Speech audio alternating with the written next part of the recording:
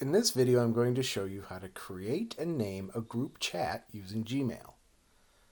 You may have noticed this column in your Gmail lately. It has options for chat, spaces, and meet. If you'd like to start a group chat, find chat in the menu and click on the plus. Start group conversation, create space. This is a bit more advanced, uh, but it's basically a group chat where you can share tasks and documents or files. If you're just looking to start a group chat conversation, then just click on Start Group Conversation and add the people you would like. You can always add people later, and then click on the blue check mark. All right, and now you have a group chat that you can add people to and then have these notifications show up in your Gmail throughout the day. If you'd like to manage those notifications,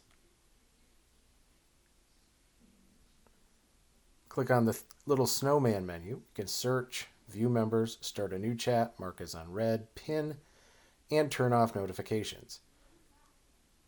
Or you can hide the conversation or delete the conversation or even block it. And that is how you start a group chat in Gmail.